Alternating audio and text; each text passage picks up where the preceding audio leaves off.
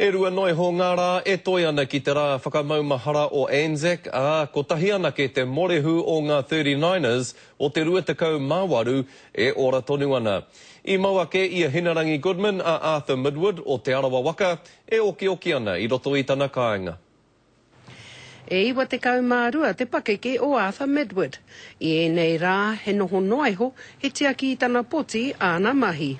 Hoi ko te mea nui ke hei tāna, rā I tutukia te kaupapa I haere hiai ki te mura o te ahi.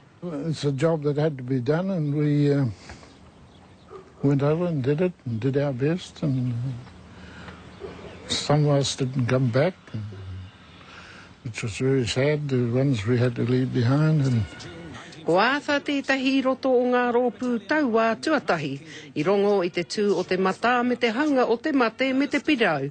I enei rā e mautonu ana I ngā mētara o na whara ki tana tinana. I've been wounded 3 times. I've had a bullet through the chest and come out the back of my armpit. And had a wound in the arm there. And I've also got shrapnel in my hip, in the back of my hip that's still in there.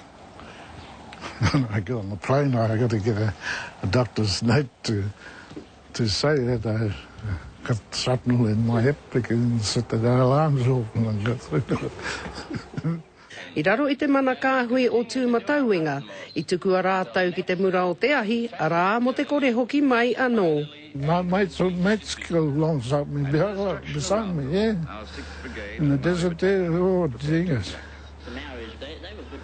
My mates I grew up with, we were all in the same section.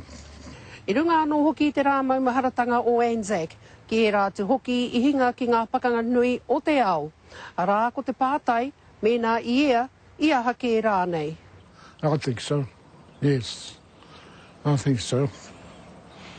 Tūturu he tama a tūmatauenga, mō ake tonu.